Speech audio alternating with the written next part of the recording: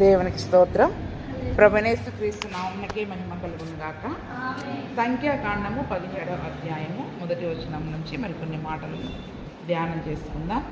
యెహోవా మోషేకు ఇలాగ సెలవిచ్చెను, నీవు ఇజ్రాయేలులతో మాట్లాడి వారి యొద్దను ఒక్కొక్క పితరుల కుటుంబమునకు ఒక్కొక్క కర్రగా, అనగా వారి ప్రధానులందరి యొద్ద వారి వారి పితరుల కుటుంబముల చొప్పున 12 కర్రలను తీసుకొని ఎవరి కర్ర మీద వారి పేరు రాయుము. లేవి కర్ర మీద అహరోను పేరు రాయవలను. ఏలయనగా పితరుల కుటుంబముల ప్రధానునికి ఒక కర్రయే ఉండవలెను. నేను మిమ్మల్ని కలుసుకుని ప్రత్యక్షపు గుడారములోని శాసనముల ఎదుట వాటిని ఉంచవలెను. అప్పుడు నేను ఎవరిని ఏర్పరచుకుందునో వాని కర్ర చిగురించును. ఇజ్రాయేలు మీకు విరోధముగా సణుగుచుండు సణుగులు నాకు వినపడకుండా మాన్పి వేయుదును. ఇక్కడ మరి మనం చూసినట్లయితే సంఖ్యాకాండం 16వ అధ్యాయం అంతా కూడా ఇశ్రాయేలుల యొక్క సర్వ సమాజము మరి దేవుని నాయకులకి విరోధముగా లేచింది. యాజకత్వాన్ని కోరుకుంటున్నారు, నాయకత్వాన్ని కోరుకుంటున్నారు. దేవుడు మనందరినీ కూడా పరిశుద్ధపరిచాడు కదా అని మరి మీరు మాత్రమే ఎందుకు ఉండాలి అన్నట్లుగా చాలామంది కూడా మరి అక్కడ విరోధంగా లేచినట్టుగా మరి మనము చూస్తూ ఉన్నాం. అందుకనే ఇక్కడ మరి అహరోనును దేవుడు ఏర్పరచుకున్నాడు అనడానికి సూచనగా ఇక్కడ దేవుడు ఇజ్రాయేలులతో మాట్లాడుతూ ఏమని సెలవిచ్చాడు? 12 గోత్రాలు ఉన్నాయి కదా. ఇప్పుడు మరి మీరు 12 గోత్రాలలో ఒక్కొక్కరిని ఒక్కొక్క కర్రను తీసుకొని వచ్చి ఆ 12 కర్రల పైన వారి యొక్క ప్రధానుల యొక్క పేర్లు రాయమని సెలవిచ్చినట్లుగా మరి మనం చూస్తూ ఉన్నాం. అయితే లేవి కర్ర మీద ఎవరి పేరు రాయమంటున్నారు? అహరోను పేరును మాత్రం. ఎందుకంటే మోషే కూడా లేవీయుడే, కానీ అక్కడ మోషే పేరు రాయలేదు. చూసారా, మోషే కూడా లేవీయుడే, కానీ యాజకత్వం అనేది అహరోనుకు మాత్రమే ఇవ్వబడింది కాబట్టి మరి ఆ అహరోను మోషే పేరు కాకుండా అహరోను పేరు మాత్రమే రాయమన్నాడు. ఇప్పుడు అదే లేవీల నుంచి లేవీలలో కూడా చాలామంది ఉన్నారు అక్కడ. ఈ కోరహు సంతానమే కానివ్వండి, కోరహు కుమారులే కానివ్వండి, మిగిలిన మందిరంలో పరిచర్య చేసే లేవీలందరూ కూడా చాలామంది ఉన్నారు. కానీ ప్రధానులలో మాత్రము అహరోను మాత్రమే దేవుడు యాజకునిగా నియమించాడు కాబట్టి అతను ప్రధానునిగా ఎంచి అతని పేరు మరి రాయమని సెలవిచ్చారు. కాబట్టి ఒక్కొక్కరికి ఒక్క కర్రే ఏంటంటే ప్రధానులకి ఒక కర్ర మాత్రమే ఉండాలి. ఆ ప్రధానుల పేర్లు వాటిపైన ఉండాలి. వాటిని ఎక్కడ ఉంచమని సెలవిస్తూ ఉన్నారు? నేను మిమ్మును కలుసుకునే ప్రత్యక్షపు గుడారములోని శాసనముల ఎదుట మీరు వాటిని ఉంచాలి. ప్రత్యక్షపు గుడారంలో దేవుడు ఎక్కడ కలుసుకుంటాడు చెప్పండి? గుడారంలో ఎక్కడ? కరుణాపీఠం దగ్గర కలుసుకుంటాడు. ఎక్కడ కలుసుకుంటాడు యేసయ్య? అతి పరిశుద్ధ మా స్థలములో ఉన్న కరుణాపీఠము మీద దేవుడు దిగి వచ్చి అక్కడ నుంచి మరి దేవుడు మోషేతోటి అహరోనుతో మాట్లాడుతున్నట్లుగా మరి మనం చూస్తూ ఉన్నాం. అందుకని ఆ కరుణాపీఠంలో ఏముంటాయి? శాసనాలు ఉంటాయి, 10 ఆజ్ఞలు పలకలు ఉంటాయి. కాబట్టి అది ఆ శాసనాల యొక్క ఎదుట, అంటే దాని లోపల కాదు, బయట అప్పుడు 12 యొక్క కర్రలను కూడా అక్కడ ఉంచమని సెలవిచ్చారు. అంటే దేవుని యొక్క అతి పరిశుద్ధ స్థలములో ఆ యొక్క కర్రలను మరి వారు ఉంచాలి. అందుకని దేవుడు అంటున్నాడు, నేను ఎవరిని ఏర్పరచుకుంటానో వాని కర్ర చిగురిస్తుంది. ఇప్పుడు ఎవరికి వారు మేము ప్రధానులమే, మేము పరిశుద్ధులమే అని ఎవరికి వారు మేమందరము కూడా భక్తిపరులమే, నీతిమంతులమే అన్నట్లుగా ఎవరికి వారు అతిశయిస్తూ తమ్మును తాము హెచ్చించుకుంటూ ఉన్నారు కదా. కాబట్టి ఇప్పుడు ఇక్కడ దేవుడు ఏమంటున్నాడు? అసలు ఏర్పరచుకుంది ఎవరిని నేను ఏర్పరచుకున్నానో వాని కర్ర మాత్రమే చిగురిస్తుంది. అందరూ పరిశుద్ధులే కావచ్చు, కానీ దేవుని యొక్క ఏర్పాటులో ఉన్నవారు ఎవరు? అందుకనే మత్తయి సువార్తలో కూడా చాలా ఒక మాట ఉంటుంది చూడండి, పిలువబడ్డవారు అనేకులు, అందులో ఏర్పరచబడ్డ వాళ్ళు కొద్దిమందే. అందరినీ దేవుడు పిలుస్తాడు, తన రాజ్యం కొరకు అందరినీ పిలుస్తున్నాడు. కానీ తన పని కొరకు దేవుడు ఏర్పాటు చేసుకున్న వ్యక్తులు మాత్రము కొద్దిమంది ఉంటారు కదండి. అందరినీ దేవుడు తన పని కొరకు పిలుచుకోడు. ఎవరెవరిని ఏ పని కొరకు పిలుచుకోవాలో వారిని మాత్రమే దేవుడు ఏర్పరచుకుంటాడు. పిలువబడ్డ వాళ్ళు చాలామంది ఉంటారు, ఏర్పరచుకోబడ్డ వాళ్ళు మాత్రము కొద్దిమంది ఉంటారు. ఇప్పుడు అక్కడ ఇజ్రాయేలులందరినీ దేవుడు ఏర్పాటు చేసుకున్నాడు, కానీ అందులో పిలుచుకున్నాడు. కానీ అందులో ఏర్పాటు చేయబడ్డ వాళ్ళు ఎవరు? తన పని కొరకు దేవుడు తన పని కొరకు ప్రత్యేకించుకున్న వాళ్ళు ఎవరు అని అక్కడ దానికి సూచనగా వారి కర్ర మాత్రము చిగురిస్తుంది అని దేవుడు మాట్లాడుతూ ఉన్నాడు. ఇజ్రాయేలు మీకు విరోధముగా సణుగుచుండు సణుగులు నాకు వినపడకుండా మాన్పి వేయుదును. ఎందుకు దేవుడు ఏర్పరచుకుంటున్నాడు? ఎందుకు దేవుడు ఒక వ్యక్తిని అందరిని పిలుచుకున్నాడు కదా, ఒక వ్యక్తిని దేవుడు ఎందుకు ఏర్పరచుకుంటున్నాడు అంటే ఆ మాట చెప్తా ఉన్నారు. ఎందుకని? ఇజ్రాయేలీలు మీకు విరోధముగా సణుగుచుండు సణుగులు నాకు వినపడకుండా మాన్పివేయడానికి. ఇజ్రాయేలీలు సణుగుతున్నారు, వణుకుతున్నారు, అనేక పాపాలు చేస్తున్నారు, విరోధంగా లేస్తా ఉన్నారు. అవన్నీ మాన్పివేయడానికి దేవుడు ఈ యొక్క ఆ పద్ధతిని అక్కడ నియమించాడు. ఎందుకంటే ఎవరిని నేను ఏర్పరచుకుంటానో వారి కర్ర మాత్రమే చిగురిస్తుంది. అంటే చూడండి, కర్ర అనేది ఎండిపోయిన కర్ర, కానీ నిజానికి ఎండిపోయిన కర్ర చిగురించదు కదండి. కానీ దేవుడు ఏర్పరచుకుంటే వారు ఎటువంటి స్థితిలో ఉన్నా కూడా దేవుడు వారిని ఏం చేస్తాడండి, చిగురింపజేస్తాడనమాట. అందుకనే ఆ ఏర్పరచుకున్న వ్యక్తుల వైపు మనం చూస్తాం. అందుకనే దేవుడేమో హృదయాన్ని లక్ష్య పెడితే మనుషులు ఏం చేస్తారు చెప్పండి, పై రూపాన్ని లక్ష్య పెడతారు. పై రూపాన్ని, వారి యొక్క పై పరిస్థితులని లక్ష్య పెట్టి వీళ్ళని ఎలా పిలుచుకుంటాడు దేవుడు, వీళ్ళలాగైతారు, వాళ్ళైతే సరిపోతుంది వీళ్ళ అని మనమే కొన్ని ఏం చేస్తాం చెప్పండి, మనకు అనుకూలంగా ఉన్న వ్యక్తులని దేవుడు ఏర్పాటు చేసుకున్నాడు, వీళ్ళు దేవుని ఏర్పాట్లు లేరు అని మనం అనుకుంటాం. అందుకనే మరి దేవుడు దావీదుని ఏర్పరచుకున్నప్పుడు కూడా అందరిలో ఎత్తైన వాళ్ళు, బలిష్ఠులు అయిన అందరిని ఏర్పాటు చేసుకోలే. ఆల్రెడీ సైన్యంలో ఉన్న వారిని ఏర్పాటు చేసుకోలే. అందరూ తృణీకరించిన దావీదుని దేవుడు, అంటే అసలు అతనికి బలము లేదు, శక్తి లేదు, చూడడానికి వయసులో చిన్నవాడు, అన్ని రకాలుగా ఈ లోకం పనికిరాడు అన్న వ్యక్తినే దేవుడు ఏం చేస్తాడు చెప్పండి, ఏర్పరచుకుంటాడు. అందుకనే ఆ యొక్క ఏర్పాటు అనేది దేవుని యొక్క చిత్తం. ఎవరిని ఏర్పరచుకోవడము అనేది దేవుని యొక్క చిత్తము. కాబట్టి ఆ విరోధముగా సణుగుచుండు సణుగులు వినపడకుండా ఆ ఎవరి కర్రను చిగురింప చేస్తాను అనే దానికి సూచనగా ఆ యొక్క కార్యక్రమాన్ని దేవుడు అక్కడ జరిగిస్తున్నట్లుగా చూస్తూ ఉన్నాం. అందుకని యెషయా 11లో కూడా చూడండి, యెషయా ముద్దు నుండి ఏం పుడుతుందంట, చిగురు పుట్టుతుంది, దాని అంకురము ఎదిగి, అంటే ఒక ఎండిపోయింది కూడా దేవుడు చిగురింపజేసే శక్తి ఉంది, దాన్ని ఎదిగి ఫలింపజేసే శక్తి ఉంది. అందుకనే మోడైపోయిన మన బ్రతుకులను కూడా దేవుడు ఏం చేస్తున్నాడు చెప్పండి, ఎప్పుడో నశించిపోవలసిన మోడైపోయిన మన బ్రతుకులను కూడా దేవుడు చిగురింపజేసి ఫలింపజేసే కృపని మరి దేవుడు మనకు దయచేస్తాడు. అందుకనే దేవునికి అసాధ్యమైందంటూ ఏది కూడా లేదనమాట. అందుకనే మరి అక్కడ అహరోనుని దేవుడు ఏ రకంగా ఏర్పరచుకున్నాడు అనడానికి సూచనగా మరి అక్కడ ఆ యొక్క సంగతి జరుగుతూ ఉంది. కాబట్టి మోషే ఇజ్రాయేలుతో చెప్పగా వారి ప్రధానులందరూ కూడా తమ తమ పితరుల కుటుంబములలో ఒక్కొక్క ప్రధానునికి ఒక్కొక్క కర్ర చొప్పున 12 కర్రలను అతనికిచ్చిరి. అహరోను కర్రయు వారి కర్రల మధ్య యెహోవా సన్నిధిని ఉండెను. మరునాడు మోషే సాక్ష్యపు గుడారములోనికి వెళ్ళి చూడగా లేవి కుటుంబపుదైన అహరోను కర్ర చిగిర్చి ఉండెను. అది చిగిర్చి పువ్వులు పూసి బాదము పండ్లు గల దాయను. చూడండి, ఇక్కడ నిజంగా ఒక అద్భుతమే జరిగింది ఒక్క రోజులోనే కదండి. మన జీవితం ఫలించడానికి కొన్ని సంవత్సరాలు పడుతుంది, చిగురిస్తుంది, కానీ పువ్వులు పూసి పూత పూసి కాతలు మాత్రం రాయట్లా, కాయలు మాత్రం రాట్లా. కానీ అక్కడ ఒకే ఒక్క రోజులో ఈరోజు అన్ని కర్రలు పెట్టారంట శాసనంలో ఎదుట. తెల్లవారి మోషే వెళ్ళి చూసినప్పుడు అహరోను కర్ర మాత్రము చిగురించింది, పుష్పించింది, పువ్వులు పూసింది, బాదం అంటే 3 రకాలు, చిగురించి పువ్వులు పూసి బాదం పండ్లు కూడా, దానికి కాయలు అనట్లేదు చూడండి, పండ్లు కూడా అయిపోయినాయంట, బాదము పండ్లు కూడా వచ్చేసినాయంట. అంటే దేవుడు ఆ చిగురించిన కర్ర దేనికి సూచన అంటే యాజకత్వానికి ధృవీకరణ. ఏంటి చెప్పండి, యాజకత్వానికి నేను ఈ వ్యక్తిని ఏర్పాటు చేసుకున్నాను అనడానికి సూచన. ఏంటి చెప్పండి, ఒక వ్యక్తి చిగురించడము, పువ్వులు పోయడము, ఫలించడము దేనికి సూచన అంటే ఈ వ్యక్తిని దేవుడు ఏర్పరచుకున్నాడు. అందుకనే మాటికి యేసు ప్రభుల వారు ఏమంటున్నాడు, మనము ఫలించాలి. దేని కొరకు? ఆయన కొరకు మనం ఫలించాలి. ఎట్లా ఫలిస్తాం? ఎవడు నా యందు నిలిచి ఉండునో, నేను ఎవని యందు నిలిచి ఉండునో వాడు బహుగా ఫలిస్తాడు, వాడు బహుగా ఫలిస్తాడు. అందుకని దానికి సూచనగా ఈ 12 కర్రలను ఎక్కడ పెట్టారు? శాసనంలో ఎదుట పరిశుద్ధ స్థలంలో పెట్టారు.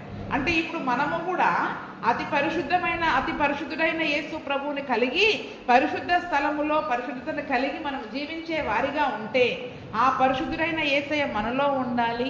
అదే పరిశుద్ధతను మనము కలిగి కొనసాగించే వారిగా, ఆ పరిశుద్ధతను మనం కొనసాగించే వారిగా మనం ఉన్నట్లయితే అప్పుడు నిజముగా యేసయ్య మనలో ఉంటే మనం కూడా ఏం చేస్తాం?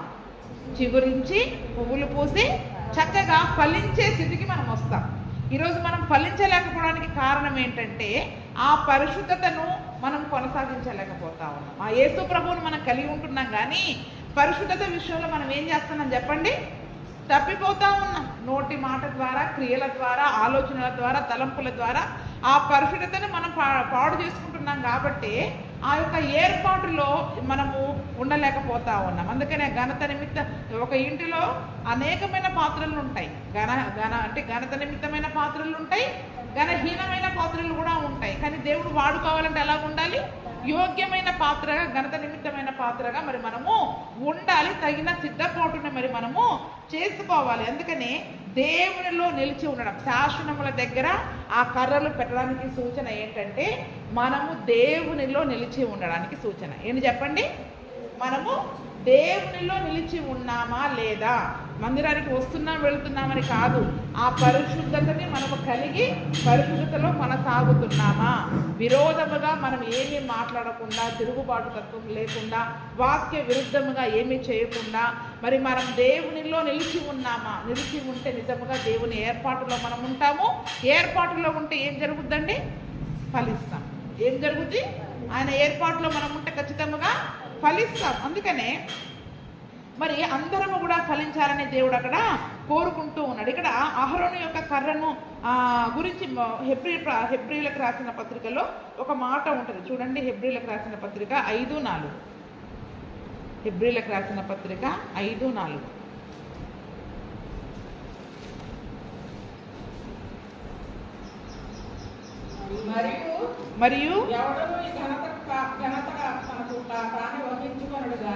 మరియు ఎవరును తనకు తాను ఘనత వహించుకున్నాడు గాని అహరోను పిలువబడినట్టుగా దేవుని చేత పిలువబడిన వాడై ఈ ఘనత పొందును. చూడండి, దేవుని యొక్క ఏర్పాటులో మనం ఉన్నాము, ఫలించే వారముగా మనం ఉన్నాము.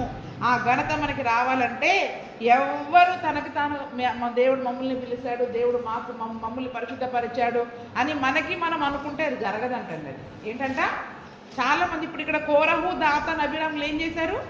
తమకు తామే అనుకున్నారు. తమకు తామే ఘనత వహించుకోవాలని, ఆ యొక్క ఘనత తమకు రావాలని తమ్ముడు తాము హెచ్చించుకున్నారు. అందుకనే ఇక్కడ హెబ్రీలకు రాస్తూ ఏమంటూ ఉన్నాడంటే ఎవ్వరు తనకి తను ఘనత వహించుకోలేరంట. అహరోను పిలువబడినట్లుగా ఒక యాజకత్వమే కానీ, నాయకత్వమే కానీ దేవుడు పిలిస్తేనే అది జరుగుతుందండి. దేవుడు పిలిచిన వానికి మాత్రమే దేవుడు ఏం చేస్తాడంట? దేవుడు తనని గణపరుస్తాడు. అహరోనును దేవుడు పిలిచాడు కాబట్టి ఎంతమంది విరోధంగా లేచినా దేవుడు అహరోను పక్షముగా ఉండి వాళ్ళని శిక్షించాడు, అహరోనును గణపరిచాడు. ఏం చేశాడంటే అక్కడ అహరోనుని అక్కడ గణపరిచాడు, అహరోనుకి ఘనత కలిగింది. అలాగే ఈ దినమున మరి చాలా మంది ఆ దేవుని సేవకి యాజకులుగా ఉండడానికి దేవుని పరిచర్యకి వచ్చేస్తా ఉన్నారు. కానీ దేవుని యొక్క ఏర్పాటులో ఆ యొక్క దేవుని యొక్క పిలుపు వారికి లేకపోతే గనక ఆ యొక్క పరిచర్య కూడా మరి కొనసాగదు, ఆ యొక్క ఘనత అనేది రాదు. ఎందుకంటే దేవుడే ఒక వ్యక్తిని గణపరచాలి, ఒక వ్యక్తిని ఫలింప చేయాలి. ఒక ఫలాలు రావాలన్నా, గణపరచాలన్నా దేవుడు తన యొక్క ఏర్పాటులో మరి మనం ఉండాలి. దేవుని ఏర్పాటులో మనందరం ఉన్నాం, మనల్ని పిలుచుకున్నాడు. అందుకని నేను మాటికి అంట, మన పట్ల ఆయన ఏర్పాటు ఏమైనదో మనం తెలుసుకుంటే ఆ విషయంలో మనం ఫలిస్తాం. ఒక్కొక్కరు ఒక్కొక్క విషయంలో, కొంతమంది చక్కటి ఉద్యోగాలు. ఇప్పుడు యోసేపు ఎక్కడ ఫలించాడు? ఆయన ఫలించాడు కొమ్మే, కానీ ఎక్కడ ఫలించాడు? అందరూ మందిరంలోనే, పరిచర్యలోనే ఫలించారు. ఎక్కడ? ఒక అన్యుల దేశంలో, అన్యరాజు దగ్గర దేవుని యొక్క నామమును గురించి, నామానికి మహిమకరముగా, ఘనకరముగా తన యొక్క జీవితంలో, తన జీవితాన్ని తను అక్కడ తన జీవితం ద్వారా మహిమపరిచాడు. అంటే చూడండి, ఎక్కడ పని చేసే ఉద్యోగం దగ్గర, చేసే వ్యాపారం దగ్గరే కానివ్వండి, మనం ఏ పని చేసినా ఆ పనిలో దేవుని యొక్క కార్యాలు మనం చేసినట్లయితే, నెరవేర్చినట్లయితే ఆ పనిలో విజయము, ఫలము అనేది మనం పొందుకుంటాం. ఆ పని ద్వారా కూడా మనం ఏ పని చేసినా కూడా ఆ పని ద్వారా దేవుని నామానికి మహిమ అనేది వస్తుంది. ఇప్పుడు దానియేలు ఉన్నాడు. దానియేలు ఎక్కడ ఫలించాడు? నెబుకద్నెజర్ బబులోను దేశంలో పోయి ఫలించాడు. ఎక్కడండి? ఇజ్రాయెల్ దేశంలో ఉన్నంత వరకు దానియేలు ఎవరో తెలుసా? మనకి తెలియదు. కానీ బబులోను దేశానికి, ఒక అన్య దేశానికి కొనిపోబడిన తర్వాత అక్కడ దేవుడు దానియేలుని ఏర్పాటు చేసుకున్నాడు. కాబట్టి ఆ ఏర్పాటు చేసుకుని దానియేలుని అక్కడ కనపరిచాడు దేవుడు. దానియేలు తన జీవితం ద్వారా దేవునిలో తను ఫలించాడు. ఆ ఫలాలను అక్కడ రాజులందరూ కూడా చూశారు. అలాగా షడ్రకు, మెషకు, అబెద్నెగో. అందుకనే ఫలించడము అంటే దేవునిలోనే ఫలించడం కాదండి, మన జీవితంలో మనం ఎక్కడ ఏ పని చేసినా, చేసే పనిలో కానీ ఉద్యోగంలోనే కానివ్వండి, దేవుని నామానికి మహిమకరముగా, ఘనకరముగా, అబ్బా వీళ్ళు నిజమైన క్రైస్తవులండి, నిజమైన దేవుని ప్రజలండి, వీరి ద్వారా వీరిని బట్టి ఈ యొక్క వ్యాపారం అభివృద్ధి పొందుతుంది, వీరిని బట్టి ఈ కుటుంబం దీవించబడుతుంది అని ఆ యొక్క దేవుని యొక్క కార్యాలు మనలో ఫలించే విధంగా, దేవుని నామం మహిమపరిచే విధంగా మరి మనము ఫలము పొందుకోవాలి. ఇక్కడ అహరోనుని యాజకత్వం విషయంలో దేవుడు పిలుచుకున్నాడు, ఏర్పాటు చేసుకున్నాడు. అలాగే దేవుడు ఒక్కొక్కరిని ఒక్కొక్క పని కొరకు దేవుడు ఏర్పాటు చేసుకుంటాడు. దానియేలుని అన్యుల దేశంలో వాడుకున్నాడు, యోసేపుని అన్యుల దేశంలో వాడుకున్నాడు, ఇంకొకరిని ఉద్యోగంలో, వ్యాపారంలో, ఎవరెవరిని ఆ పనులలో దేవుడు అక్కడ నిలబెట్టి తన నామానికి ఘనతగా ఆ యొక్క ఏర్పాటు చొప్పున ఆ యొక్క ఘనతను అనేది దేవుడు వారికి ఇస్తాడు. అయితే 5వ వచనం కూడా మనం చదువుకుంటే, అటువలి క్రీస్తు కూడా ప్రధాన యాజకుడు అవుటకు తన్ను తానే మహిమపరచుకొనలేదు, కానీ నీవు నా కుమారుడవు, నేను నేడు నిన్ను కని ఉన్నాను అని ఆయనతో చెప్పిన వాడే ఆయనని మహిమపరిచాడు. మీరు ఇప్పుడు అహరోనును దేవుడు గణపరిచినట్లుగా యేసు ప్రభువును ఎవరు ఏర్పాటు చేసుకున్నారు, ఎవరు గణపరిచాడు? యేసు ప్రభువు కూడా తన్ను తాను గణపరచుకోలేదు, మహిమపరచుకోలేదండి. ఎందుకంటే ఈ మాట కీర్తనలలో, ధర్మశాస్త్ర గ్రంథంలో ప్రవచన ఆత్మకంగా ఆల్రెడీ రాయబడి ఉంది. నీవు నా కుమారుడవు, నేడు నిన్ను కని ఉన్నాను అని యేసు ప్రభువు గురించి తండ్రి చెప్పిన మాట, ఇప్పుడు యేసు ప్రభువుని ఎవరు మన గణపరిచారు? తండ్రి అయిన దేవుడే ఒక పిలుపు చొప్పున, ఒక ఏర్పాటు చొప్పున ఈ లోకానికి పంపించి, ఈ లోక రక్షణ కొరకై తనని సిలువ బలియాగం కొరకు ఈ లోకానికి పంపించాడు. ఆ యేసు ప్రభువుని దేవుడే అక్కడ మహిమపరిచినట్లుగా మనం చూస్తా ఉన్నాం. అంటే యేసు ప్రభువుని కూడా ఒక ఏర్పాటు నిమిత్తమై దేవుడు ఈ లోకానికి పంపించాడు. బాప్తిసం ఇచ్చి యోహానుని కూడా ఒక పని కొరకు ఒక ఏర్పరచుకొని కొంతకాలమే, ఎంతకాలం పని చేయాలో అంతకాలం పని కాగానే దేవుడు వాళ్ళని ఏం చేసుకున్నాడండి? తీసేసుకున్నాడు. ఇప్పుడు చాలా పాత నిబంధన భక్తులను చూస్తే హానోకు 300 ఏళ్ళే నడిచాడు. మరి దాని తర్వాత వచ్చిన వాళ్ళు 900 ఏళ్ళు బ్రతికారు. కానీ 300 ఏళ్ళ వరకే హానోకి సమయము తను చేయాల్సిన పని అక్కడ ఏర్పరచబడింది. అందుకనే ప్రతి వారి విషయంలో దేవుని యొక్క ఏర్పాటు అనేది దేవుని దగ్గర నుంచే దేవుడే ఏర్పాటు చేస్తాడు. దేవుడు ఏర్పరచుకున్న వ్యక్తులు ఫలిస్తారు. ఎవరంటండి? దేవుడు ఏర్పరచుకున్న వ్యక్తులను దేవుడు ఫలింపచేసి ఏం చేస్తాడంట? తన నామ మహిమ కొరకు వారిని వాడుకొని తన నామాన్ని మహిమపరచుకుంటాడు, తన నామాన్ని మహిమపరచుకుంటాడు. ఇక్కడ అహరోనుకి ఘనతనిచ్చాడు, యేసు ప్రభువుని కూడా ఆయనే మహిమపరిచినట్టుగా మనం చూస్తూ ఉన్నాం. ఎందుకంటే అహరోను యొక్క యాజకత్వం ఒక శరీర రీతిగా మరణించి కొంతకాలానికి వాళ్ళు మరణిస్తారు. అందుకనే ప్రధాన యాజకుడుగా మరి ఆయన మనందరి కొరకు వచ్చి మరి ఆ యొక్క కార్యక్రమాన్ని జరిగించినట్లుగా చూస్తూ ఉన్నాం. అదే మాట హెబ్రీ 4:16 నుండి చూడండి. అదే 4వ అధ్యాయము, హెబ్రీలకు రాసిన పత్రిక 4.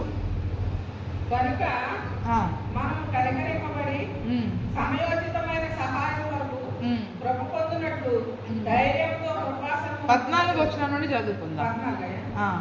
ఆకాశ మండలము గుండా వెళ్ళిన దేవుని కుమారుడైన యేసు అను గొప్ప ప్రధాన యాజకుడు మనకున్నాడు గనక మనము ఒప్పుకొని దానిని గట్టిగా. ఆ రోజు అహరోనుని ఏ రీతిగా గణపరిచాడో, అహరోను తర్వాత ప్రధాన యాజకుడుగా ఇప్పుడు ఎవరు వచ్చారు చెప్పండి? మనందరి కొరకు విజ్ఞాపన చేయడానికి ఎవరు వచ్చారు? యేసు ప్రభుల వారే ప్రధాన యాజకుడుగా వచ్చారు. అందుకని ఆకాశ మండలము గుండా వెళ్ళిన గొప్ప ప్రధాన యాజకుడు మనకు ఉన్నాడు గనక మనం ఏ విశ్వాసాన్ని అయితే ఒప్పుకుంటున్నామో దాన్ని గట్టిగా మరి మనము పట్టుకొని ఆ ప్రధాన యాజకుడైన యేసే వైపు మనం చూడాలి. మన ప్రధాన యాజకుడు మన బలహీనతల యందు మనతో సహానుభవం లేనివాడు కాడు. కానీ ఏంటంటండి, మన ప్రధాన యాజకుడు మన బలహీనతల యందు మనతో సహానుభవము లేనివాడు కాడంట. మన బలహీనతలను బట్టి చూస్తే మనం ఏమనుకుంటాం? మనకు తప్ప ఈ బలహీనత ఎవరికి లేదనుకుంటాం, మనకు తప్ప ఈ సమస్య ఎవరికి లేదనుకుంటాం. కానీ ఆయన ప్రధాన యాజకుడే ఒక మనుష్య కుమారునిగా ఈ లోకానికి వచ్చి ఒక మనుష్యుడు ఎన్ని బలహీనతలను భరించగలడో అన్ని బలహీనతలను తన శరీరంలో తను అనుభవించాడు. అందుకే ఈరోజు ఏ బలహీనత అయినా ఆయన దగ్గరికి వస్తే ఆయనకు ఆల్రెడీ ఏముంది? అందులో అనుభవం ఉంది. ఏముందంట? సహానుభవం ఉంది. ఆహా, ఈ బలహీనత నేను అనుభవించాను కాబట్టి మనకున్న ఈ బలహీనత నుంచి ఏ రకంగా ఆయన విడిపించగలడో దానికి ఆయన సమర్థుడు, శక్తిమంతుడని మనం నమ్మి రావాలి. ఎందుకంటే చాలా మంది యేసు ప్రభుకి ఈ సంగతులు తెలుసా, మన బలహీనతలు తెలుసా, మనం శరీర రీతిగా ఎన్ని బలహీనతలు ప్రతి ఒక్కరు అనుభవిస్తున్నారో ప్రతి బలహీనత ఆయనకు తెలుసు. ప్రతి శ్రమ, ప్రతి నింద, ప్రతి అవమానము, ప్రతి వేదనను ఆయన అనుభవించాడు. కాబట్టి ప్రతి దానిని ఆయన అనుభవించాడు కాబట్టి ఆయనకి ప్రతి దాంట్లో అనుభవం. అందులో అనుభవం లేదు అని మనం అనుకోవడానికి వీలు లేదు. మనుషుల దగ్గర అంటే మీకు ఏం తెలుసండి మన సమస్యలు, వాళ్ళకి అర్థం కాదండి, వాళ్ళకి అర్థం కాదు, మనకు అర్థం కాదని మనం అనుకుంటాం. కానీ యేసు ప్రభువుకి అన్నీ తెలుసండి. యేసు ప్రభువుకి మన ప్రతి బలహీనత తెలుసు. కాబట్టి సమస్త విషయములలో మన వలనే శోధింపబడినను. అన్ని విషయాల్లో ఎలా శోధించబడ్డాడంటే యేసయ్య కూడా అపవాది ద్వారా శోధించబడ్డాడు, బలహీనతలను శరీరమును బట్టి శోధించబడ్డాడు. అన్ని రకాలుగా తనకి ఆకలైంది, దాహమైంది, అన్ని రకాలుగా నిద్ర వచ్చింది, అన్ని రకాలుగా శరీర రీతిగా మరి తన యొక్క సొంత ఇంటి వారి చేత నిందలు, తన సొంత వారి చేత అవమానాలు పడ్డాడు. అన్ని రకాలుగా తను కూడా శోధించబడ్డాడు. కాబట్టి ఈరోజు మనకు వచ్చిన ప్రతి శోధన, ప్రతి బలహీనతలలో కూడా ఆయన మరి ఈరోజు మనం ఆ శోధనలను బట్టి, శ్రమలను బట్టి మనం పాపం చేస్తూ ఉన్నాము. కానీ మాట ద్వారా, క్రియ ద్వారా ఆయన అన్నీ అనుభవించి కూడా పాపము లేనివాడుగా ఉన్నాడంట. ఎలా ఉన్నాడంటండి? పాపము చేయలే. ఏ శోధన వచ్చినా, శ్రమ వచ్చినా అవిశ్వాసము లేదు, అల్ప విశ్వాసము లేదు, ఈ బలహీనత నేను ఎందుకు భరించాలి అనేది లేదు, త్వరగా పో అనేది లేదు. పాపము లేని వ్యక్తిగా ఉన్నాడంట. అందుకనే ఈరోజు చాలా మంది పాపం బట్టి ఆ పాపపు స్థితిలోనికి వెళ్ళడానికి ఏం కారణమవుతా ఉన్నాయి? బలహీనతలు, శోధనలు. ఈ బలహీనతలలో, శోధనలలో మనిషి ఏమి చేస్తా ఉన్నాడు? మాట ద్వారా, క్రియ ద్వారా తట్టుకోలేక శ్రమ వెనకకి వెళ్ళిపోయి ఆత్మీయ జీవితంలో పాపపు స్థితిలోనికి వెళ్ళిపోయే వారిగా ఉంటూ ఉన్నారు. చాలామంది రోగం బాగోలేదనే కదా, అక్కడ వెళ్తే బాగవుతుంది, ఇక్కడ వెళ్తే బాగవుతుంది, ఏసై దగ్గరికి వస్తే బాగాలేదని వెనకకి వెళ్ళిపోయి పాపంలో పడిపోయేవారుగా ఉంటున్నారు. కొద్దిమంది మాటి మాటికి నాకే ఎందుకు ఈ శ్రమలో అని పాపము శోధించబడేవారిగా ఉంటూ ఉన్నారు. కొద్దిమంది అదే రకంగా అంటే ఏదో రకంగా ఆ శోధనలను బట్టి, వచ్చిన శ్రమలను బట్టి, బలహీనతలను బట్టి మనుషులు పాపంలో పడిపోతూ ఉన్నారు. కానీ యేసు ప్రభువు ఎక్కడా పాపము చేయలేదండి. మనం ఏమనుకుంటాం? మనం శరీరంలో ఉన్నాం కదండి, మరి మన పాపంలో పడిపోతాం కదండి, తప్పు కాదు కదండి అని మనం అనుకుంటాం. అందుకనే ఇప్పుడు అక్కడ దేవుని యొక్క వాక్యం ఏం చెప్తుందంటే, మనము కనికరింపబడి సమయోచితమైన సహాయము కొరకు కృప పొందునట్లు ధైర్యముతో కృపాసనము యొద్దకు చేరుదాం. ఎందుకని? దేవుని యొక్క ధైర్యం ఈ శ్రమలో, ఈ బలహీనతలో, ఈ శోధనలో దేవుని యొక్క కనికరాన్ని, కృపను మనం పొందుకోవడానికి, ధైర్యంగా దేవుని దగ్గరికి రావడానికి మరి దేవుడు ఒక ప్రధాన యాజకుడిని, ప్రభువైన యేసు క్రీస్తుని ప్రధాన యాజకునిగా ఏర్పరచుకొని ఆయనని మన కొరకు ఈ లోకానికి పంపించాడండి. అంటే చూడండి, ఇక్కడ అహరోను యొక్క ప్రధాన యాజకుడిగా ఏ రీతిగా ఆ దినమున వారి కొరకు విజ్ఞాపనం చేశాడో, అందరి కొరకు మరి ప్రాయశ్చిత్తం చేశాడో, అదే రీతిగా ఇప్పుడు యేసు ప్రభుల వారు కూడా ఏం చేస్తూ ఉన్నారు? మనందరి కొరకు. ఇప్పుడు మనం సహాయము కొరకు ఎక్కడికి రావాలి? ఆయన కనికరము కొరకు, ఆయన కృప పొందుకోవడానికి ఆయన కృపాసనము దగ్గరికి రావాలి. ఎందుకంటే సిలువలో ఆయన కృప మనకి దొరికింది. సిలువ ద్వారా మనకి ఏం దొరికింది? కృపా దానము మనకి దేవుడు ఇచ్చాడు. కాబట్టి ఆ కృపను పొందుకోవడానికి, ఆ శోధనల నుండి, బలహీనతల నుంచి, ఆ పాపములో పడకుండా ఉండడం కొరకు దేవుని సన్నిధికి రావాలి. చాలా మంది శ్రమలు వస్తే దేవునికి దూరం అవుతారు. కొద్దిమంది శ్రమలు వస్తే శ్రమలలోనే దేవునికి దగ్గరికి వస్తారు. అంటే ఏ రీతిగా అయినా ఆ ప్రధాన యాజకుడైన యేసు ప్రభు దగ్గరికి మనం రావడం ద్వారా ఆ యొక్క శోధనలో పడకుండా, పాపములో పడకుండా, ఆ బలహీనతల నుంచి మనం విడిపించబడడానికి మరి ఆ ప్రధాన యాజకుడైన యేసు ప్రభువుని దేవుడు అక్కడ ఘనపరిచినట్లుగా, మహిమపరిచినట్లుగా మరి మనము చూస్తూ ఉన్నాం. ఇంకొక మాట కూడా చదవండి, 7:25. హెబ్రీ 7:25, 24 నుండి చదవండి. ఎందుకు ఇక్కడ యేసు ప్రభువుని ప్రధాన యాజకుడుగా ఎన్నుకున్నాడో ఇక్కడ చెప్తారు చూడండి. ఈయన నిరంతరము ఉన్నవాడు కనుక మార్పులేని యాజకత్వము కలిగిన వాడాయను. ఇక్కడ అహరోను యొక్క యాజకత్వం చూసుకుంటే కనుకండి, అహరోను మనుషుడు కదండి, కొంతకాలానికి చనిపోతాడు. తన తర్వాత తన కుమారుడు వస్తాడు, ఎలియాజరు, ఈతామారు. ఆ తర్వాత వాళ్ళు చనిపోతారు. వాళ్ళు చనిపోతారు, వాళ్ళ పిల్లలు అనేది యాజకులుగా వస్తూ ఉంటారు. అంటే ఒక మార్పు లేని యాజకత్వము అనేది కావాలి అంటే ఇప్పుడు వీరి తదనంతరం వారి పిల్లలు వచ్చేసేటప్పటికి ఈ యొక్క యాజక పరిచర్యలో కూడా కొన్ని ఏం జరుగుతూ ఉంటాయి చెప్పండి, మార్పులు చేస్తూ ఉంటాయి. యాజక పరిచర్యలో కూడా మార్పులు అనేది వస్తూ ఉంటాయి. అందుకనే యేసు ప్రభువు అయితే ఆయన ప్రధాన యాజకుడుగా వచ్చాడు. ఎందుకు వచ్చాడు అంటే ఆయన చనిపోయి మరణాన్ని జయించి తిరిగి లేచాడు యేసయ్యకి. కాబట్టి ఆయన ఎప్పటికీ కూడా సజీవుడుగా ఉన్న దేవుడు కాబట్టి ఆ యాజకత్వంలో మార్పు ఉన్నది. ఏముండదు చెప్పండి, యాజకుడు దేవుడు ఏర్పాటు చేసిన యాజకత్వంలో మార్పు అనేది ఉండదు. అందుకనే ఈయన నిరంతరము ఉన్నవాడు, సజీవుడుగా ఉన్నవాడు, మరణాన్ని జయించి ఉన్న దేవుడు కాబట్టి మార్పు లేని యాజకత్వాన్ని కలిగిన యేసు ప్రభు కాబట్టి ఈయన తన ద్వారా దేవునికి వచ్చు వారి పక్షముగా విజ్ఞాపనము చేయుటకు నిరంతరము జీవించుచున్నాడు కనుక వారిని సంపూర్ణముగా రక్షించుటకు శక్తిమంతుడై ఉన్నాడు. దేని కొరకంటండి? ఇప్పుడు యేసు ప్రభు ద్వారా. అందుకనే మనం ఏది చేసినా యేసు నామములో చేస్తాం. ప్రార్థన ఎలా చేస్తాం? యేసు నామములో ప్రార్థన చేస్తాం, యేసు నామములో బాప్తిస్మం తీసుకుంటాం, యేసు నామములోనే మనము ఏదైనా కూడా తండ్రిని మనము విజ్ఞాపన చేస్తాం. అందుకనే ఈయన తన ద్వారా అంటే యేసు ప్రభు ద్వారా దేవుని దగ్గరికి ఎవరెవరైతే వస్తూ ఉన్నారో మనందరి పక్షంగా ఏం చేస్తున్నారంటే ఇప్పుడు విజ్ఞాపనం చేయడానికి ఈయన నిరంతరం జీవించి ఉన్న ప్రధాన యాజకుడు. ఆయనకి మరణం అనేది లేదు. సజీవుడుగా ఉండి ఎంతమంది యేసు ప్రభువు నామమున ప్రార్థన చేస్తారో వారందరి కొరకు తండ్రి దగ్గర విజ్ఞాపనం చేయడానికి ఆయన సజీవుడైన ప్రధాన యాజకుడు. కాబట్టి సంపూర్ణ రక్షణ, సంపూర్ణముగా మనల్ని రక్షించడానికి కేవలం యేసు ప్రభువు మాత్రమే శక్తిమంతుడు. ఎందుకంటే మనుషులు, ప్రధాన యాజకులుగా ఉన్న మనుషులు అందరూ కూడా ఏదో ఒక రోజు చనిపోవలసిన వారే. కాబట్టి మరి మార్పు లేని యాజకత్వం చేయాలి అన్నా, మన పక్షంగా విజ్ఞాపనం చేయాలి అన్నా సజీవుడైన దేవుడు మనకి కావాలి, జీవించి ఉండే దేవుడు కావాలి. నిరంతరం జీవించి ఉండే దేవుడే మనల్ని సంపూర్ణముగా రక్షించగలడు.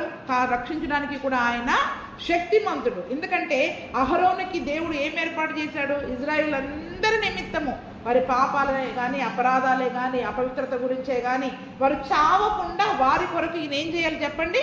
బలి అర్పించి ప్రాయశ్చిత్తం చేయాలి. అప్పుడు వారికి క్షమాపణ దొరుకుతూ ఉంది. ఇప్పుడు మనకెక్కడ దొరుకుతుంది? యేసు ప్రభుల వారి సిలువలో మరి మనందరి కొరకు ఆయన ప్రాయశ్చిత్తం చేశాడు. కాబట్టి ఆ యేసు ప్రభు సన్నిధికి, ఆ కృపాసనం దగ్గరికి మనం వచ్చినప్పుడు, ఆ యేసు ప్రభు నామములో మనకి ప్రార్థన చేసినప్పుడు మనకి అక్కడ క్షమాపణ దొరుకుతుంది, ప్రాయశ్చిత్తం దొరుకుతుంది, విడుదల దొరుకుతుంది. మన బలహీనతల నుంచి, మన శోధన నుంచి కూడా మరి మనం తప్పించుకునే సహాయం మరి మనకు అక్కడ దొరుకుతూ ఉంది. అందుకని దేవుడు అక్కడ అహరోనుని ప్రధాన ఒక యాజకుడిగా దేవుడు ఎన్నుకున్నాడు. అదే రకంగా నేటి దినమున యేసు ప్రభువుని కూడా మరి ప్రధాన యాజకుడిగా మన కొరకు పంపించినట్లుగా మరి మనము చూస్తా ఉన్నాం. మళ్ళీ వద్దాం సంఖ్యాకాండము 17వ అధ్యాయం 9వ వచనం నుంచి.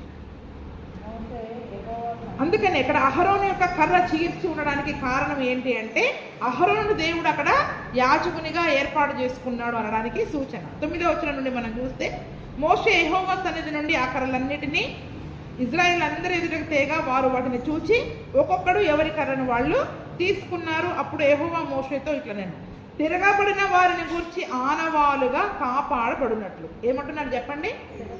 ఇప్పుడు ఉన్నారు కదా కోరహు, దాతాను, అభిరాము, ఓను, వారితో పాటు 250 మంది. ఆ 250 వీళ్ళందరూ చనిపోయినాక మళ్ళీ తిరగబడ్డ వాళ్ళు కొద్దిమంది ఉన్నారు. 14,700 మంది, దగ్గర 15,000 మంది ఒక్క రోజులో అక్కడ చచ్చిపోయినట్లుగా మనం చూస్తూ ఉన్నాం. ఇప్పుడు ఎవరో ఒకరు ఏదో రకంగా తిరుగుబాటు చేస్తానే ఉంటారు సంఘంలో, వాక్యం విషయంలో కానీ అవిధేయులుగా ఉంటూ.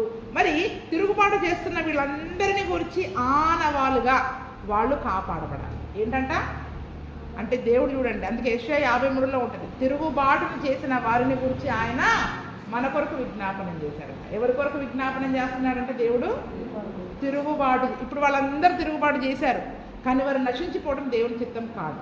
నశించిపోవటం దేవుని చిత్తము కాదు. అయ్యా వీళ్ళు మా మీద తిరుగుబాటు చేస్తున్నారు, నీ నిబంధనలపైన నీ యొక్క ఆజ్ఞలపైన తిరుగుబాటు చేస్తూ ఉన్నారు, వారిని కాపాడు అని ప్రార్థించడం కొరకు. అంతేకాకుండా చదవండి ఇంకా, అహరోను కర్రను మరలా శాసనంలో ఎదుట ఉంచుము, వారు చావకుండునట్లును నాకు వినపడకుండా వారి సణుగులను కేవలము అణచి మాన్పి వేసిన వాడ. ఇక్కడ ఇంకొక మాట కూడా చెప్తా ఉన్నారు చూడండి, ఆ యొక్క కర్రను మళ్ళా వెళ్ళి శాసనముల దగ్గర ఉంచు. ఆ కర్ర అక్కడ ఎందుకు ఉండాలి అంటే, ఇప్పుడు ఇజ్రాయేలీలు చావకుండా వారి సణుగులు దేవుని సన్నిధికి వినబడకుండా ఆ యొక్క కర్ర ఏం చేస్తుందంట చెప్పండి? ఆ యొక్క కర్ర ఏం చేస్తుందంట? అణిచి వేస్తుందంట. ఆ సణుగులను అణిచి మాన్పి వేస్తుందంట. అంటే ఆ యొక్క కర్ర, ఆ యొక్క ప్రధాన యాజకత్వము అనేది దేవుని దగ్గర విజ్ఞాపనం చేసి వీరు చావకుండా వీరిని కాపాడేటట్లు చేస్తారు. వీరు చేసిన సణుగులకి, వీరు విరోధంగా లేచిన తిరుగుబాటుకి. ఎందుకంటే ఆ రకంగా అందరూ మరణిస్తే ఇంకెవరుంటారు చెప్పండి? ఏదో ఒక సందర్భంలో ఎవరో ఒకరు తిరుగుబాటు చేస్తారు, ఎవరో ఒకరు అవిధేయులుగా మారుతారు. కానీ మరణించడము అనేది దేవుని యొక్క చిత్తము కాదు. ఎవ్వరూ నశించిపోవద్దు, అంతటా అందరూ మారు మనసు పొందాలని దేవుడు కోరుకుంటున్నారు. ఎందుకంటే అక్కడ చూసుకుంటే అరణ్య యాత్రలో టపా టపా టపా ఒక్కొక్క ఉగ్రతతో ఎంతమంది తబేరాలో అగ్ని వచ్చి కాల్చి వేసింది. దురాశ వలన కిబ్రోతు హత్తావాలో కొద్దిమంది చచ్చిపోయారు, అక్కడ కొద్దిమంది సమాధి చేయబడ్డారు. ఇక్కడ చూసినట్లయితే కోరహుతో ఉన్న వారందరూ భూమి మింగి వేసింది. 250 మందిని అగ్ని కాల్చి వేసింది. 14,700 మంది తెగులు చేత చచ్చిపోయారు. ఇలా చనిపోతూ పోతే ఇంకా ఎవరు మిగులుతారు చెప్పండి మరి? అందుకనే దేవుడు ఏం చేశాడు? ఈ యొక్క కేకలు దేవుడి దగ్గరికి వినపడకుండా ఈ యొక్క ప్రధాన యాజకుడైన యొక్క అహరోను యొక్క కర్ర ఏం చేస్తుందంట? ఆ చిగిరించిన కర్ర అంటే ఈ ఫలించే వారి యొక్క పరిస్థితి ఏంటి చూడండి. ఫలించే వారికి దేవుడిచ్చిన బాధ్యత ఏంటి చెప్పండి? ఈ సణిగేవారు, గొనిగేవారు, దేవునికి విరోధంగా లేసేవారు, వీరు దేవుని ఉగ్రతకు బలి కాకుండా దేవుని దగ్గర విజ్ఞాపనం చేయడం. ఏంటి చెప్పండి? దేవుని యొక్క ఉగ్రతకు బలి కాకుండా దేవుని దగ్గర ప్రాయచిత్తం చేయాలి, వీరికి క్షమాపణ అడగాలి. అందుకని అక్కడ మోషే కూడా దేవుని దగ్గర క్షమాపణ అడిగినా కూడా తప్పించుకోలేకపోయారు. కానీ అహరోను యొక్క యాజకత్వాన్ని నేను ఎందుకు నియమించాను?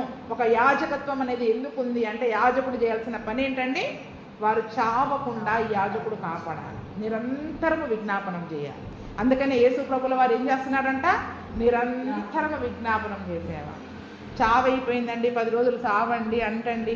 మనం ఇక్కడ ఉంటే విజ్ఞాపనాలు ఎవరు చేస్తారు చెప్పండి? మనుష్యరీతిగా మనం మాట్లాడుకుంటే.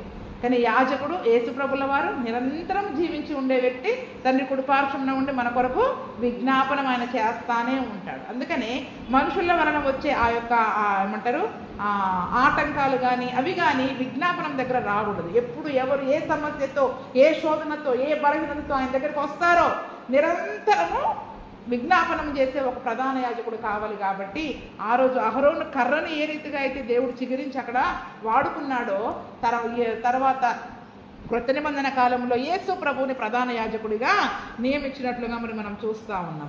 ఎందుకు ఆ కర్రను శాసనముల దగ్గర ఉంచమన్నాడు? ఇప్పుడు మన యొక్క సణుగులు, మనం దేవునికి అవిధేయులముగా చేసిన అన్న మాటలు, ఆ యొక్క సణుగులు అవి దేవునికి వినపడకుండా ఈ యొక్క అహరోను యొక్క ప్రధాన యాజకుడైన అహరోను యొక్క కర్ర ఆ యొక్క విజ్ఞాపనం చేస్తూ ఉంటుందన్నమాట. అప్పుడు యెహోవా మోషేకు ఆజ్ఞాపించినట్లు అతడు చేసెను, అలాగుననే చేసెను. అయితే ఇశ్రాయేలీయులు మోషేతో ఇట్లనేది, ఇదిగో మా ప్రాణములు పోయినవి, నశించిపోతిమి, మేమందరము నశించిపోతిమి. యెహోవా మందిరమునకు సమీపించు ప్రతివాడును చచ్చును, మేమందరము చావవలసి ఉన్నదా అని పలికిరి. చూసారా, అక్కడ అన్ని మరణాలు వాళ్ళ కళ్ళతో చూసేసరికి వాళ్ళు అంటూ ఉన్నారయ్యా మా ప్రాణాలన్నీ కూడా నశించిపోయినవి, మేమందరం కూడా నశించిపోయిన వారము. ఇంతగా దేవుని ఉగ్రత వస్తే, ఇంతగా దేవుని శిక్ష మా మీదకి వస్తే, దేవుని మందిరానికి ఎవరు వెళ్ళినా కూడా మరి వారందరూ కూడా చావవలసిన వారే కదా, ఇప్పుడు మేమందరము కూడా చనిపోవాలనా అని అక్కడ మరి వారందరూ కూడా మోషేతో మాట్లాడుతూ ఉన్నారంట. దీని గురించి చూద్దాం. 1 పేతురు పత్రిక 2వ అధ్యాయము 5వ వచనం. 1 పేతురు 2:5.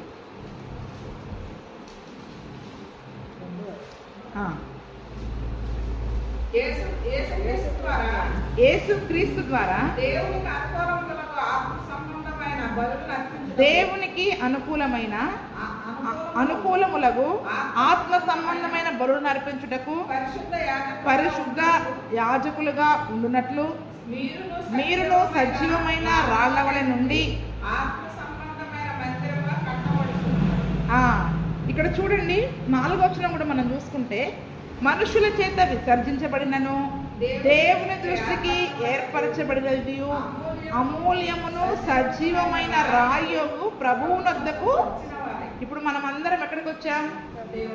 సజీవమైన రాయి, అమూల్యమైన రాయి, నిషేధించబడిన రాయి, మనుషుల చేత విసర్జించబడిన రాయి ఎవరన్నైనా ప్రభువైన యేసుక్రీస్తు. అందుకనే సజీవమైన రాయి అంటే నిరంతరము సజీవముగా విజ్ఞాపన చేసే దేవుడు, నిరంతరము జీవించి ఉండే దేవుడు, మార్పు లేని యాజకత్వాన్ని కలిగిన దేవుడు. ఇప్పుడు ఆ సజీవుడైన యేసు ప్రభు దగ్గరికి మనం వచ్చాం కాబట్టి ఇప్పుడు మనం కూడా ఏం చేయాలంట? యేసు క్రీస్తు ద్వారా ఏం చేయాలంట? యేసు క్రీస్తు ద్వారా దేవునికి అనుకూలమైన ఆత్మ సంబంధమైన బలులను మనం అర్పించాలి. ఇప్పుడు మనందరము కూడా యేసు ప్రభు యొక్క కృపాసనము దగ్గరికి వచ్చాము. వచ్చిన మనమందరము కూడా యేసు ప్రభు ద్వారా ఏం చేయాలంట? దేవునికి అనుకూలమైన బలి అర్పించాలి. ఏంటది?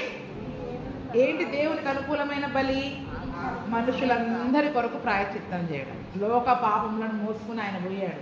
ఇప్పుడు ఆ భారం ఎవరి మీద ఉంది? ఏర్పరచబడ్డ వారందరిపైన ఉంది, పిలువబడ్డ వారందరిపైన ఉంది.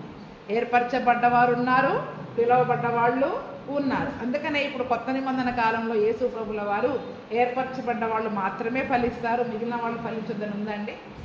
అందరూ ఫలించాలి. ఏంటంట? ఎవరు నా యందు నిలబడతారో వాడు బహుగా ఫలిస్తాడు. యేసు ప్రభువులో మనం నిలిచి ఉంటే వాళ్ళందరూ కూడా ఫలిస్తారు. ఈ ఫలించిన మనమందరము కూడా దేవుని కొరకు ఫలించి ఆయన దగ్గరికి వచ్చే మనమందరం కూడా ఏం చేయాలంట?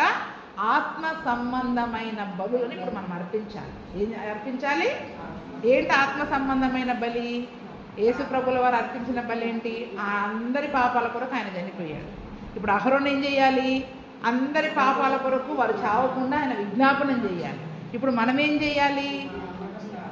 మన పాపాల కొరకే కాదు, అందరి పాపముల కొరకు, అందరి పాపాల కొరకు మరి మనం విజ్ఞాపనము చేసే బలులు అనేది ప్రతినిత్యము దేవుని సన్నిధిలో మరి మనము అర్పించడానికే మనం ఏం చేయాలంట? పరిశుద్ధ యాజకులుగా ఉండునట్లు. ఎలాగా?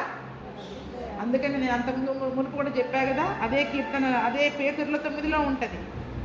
అయితే మీరు చీకటిలో నుండి ఆశ్చర్యకరమైన తన వెలుగులోనికి మిమ్మల్ని పిలిచిన వారి గుణాతిశయములను ప్రచురం చేయ నిమిత్తము ఏర్పరచబడిన వంశమును, రాజులైన యాజక సమూహమును, పరిశుద్ధ జనమును, దేవుని సొత్తైన ప్రజలై ఉన్నారు కదండి. అంటే ఇప్పుడు మనం ఎలాగున్నాం? రాజులైన యాజక సమూహముగా మనం మార్చబడ్డాం. ఇప్పుడు ఎలాగ మార్చబడ్డాం? రాజులైన యాజక సమూహముగా ఇప్పుడు మనం మార్చబడ్డాం. అందుకనే ఆత్మ సంబంధమైన బలులు అర్పించడానికి మీరు పరిశుద్ధమైన యాజకులుగా ఉండాలి. ఎలా ఉండాలంట?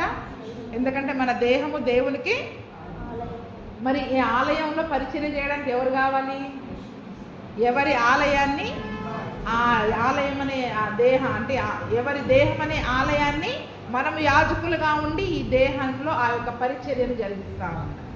ఈ యొక్క పరిచర్య జరగాలి అంటే ఎప్పుడూ చిగురించిన ఫలించిన స్థితి మనలో ఉండాలి. మన దేహం అనే ఆలయంలో ఏ స్థితిని కలిగి ఉండాలి? ఆ చిగురించిన కర్ర శాసనాల దగ్గర ఎలాగైతే ఉంటుందో ఆ ఫలించే స్థితిలో మనం ఉండాలి.